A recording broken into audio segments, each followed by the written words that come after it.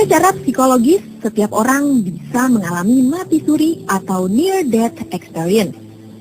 Meski faktor penyebabnya sulit dibuktikan, mati suri memiliki efek emosional bagi orang yang pernah mengalaminya.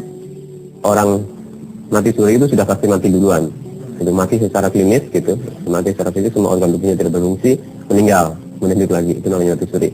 Nah, kalau orang near death experience, salah satu bentuknya adalah orang mati suri gitu. Tapi ada juga near death experience yang tidak harus mati gitu.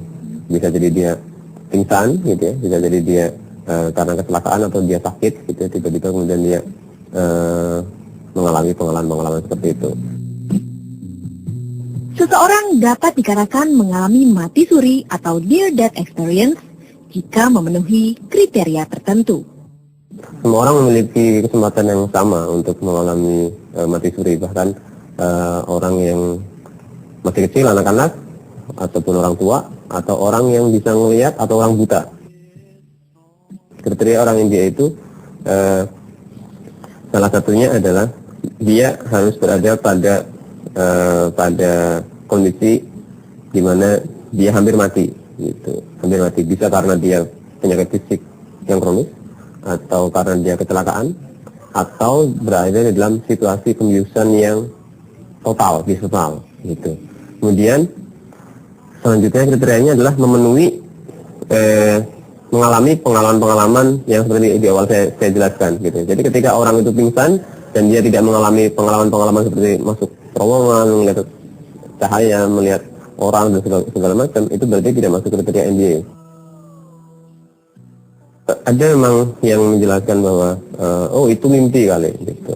Nah, tapi tandaannya adalah bahwa kalau itu mimpi, mengapa ini bisa terjadi pada ribuan orang gitu, pada ribuan orang dengan pola pengalaman yang sama gitu.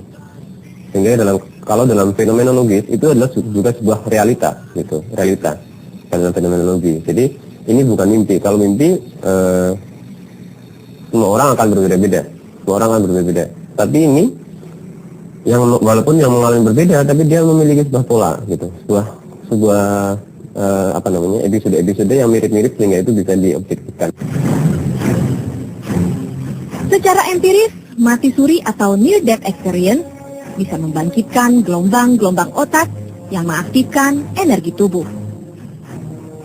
Semua kita kan punya energi ya. Semua kita punya energi yang jika kita manage, kita maintain, kita manfaatkan, itu bisa kita pakai untuk manfaat banyak orang.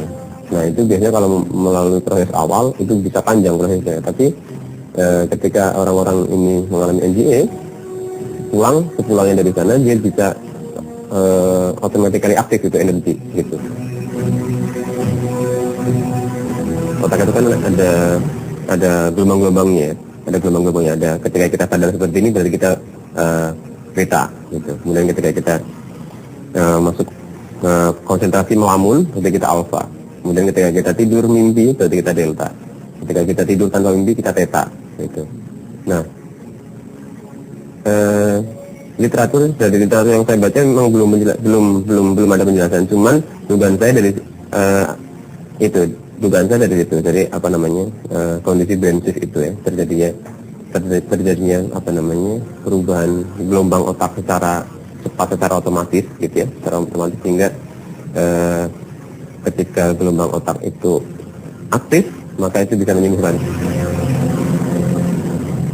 Di sisi lain, mati suri atau NDE juga dapat mengakibatkan efek trauma psikologis pada beberapa orang yang mengalaminya.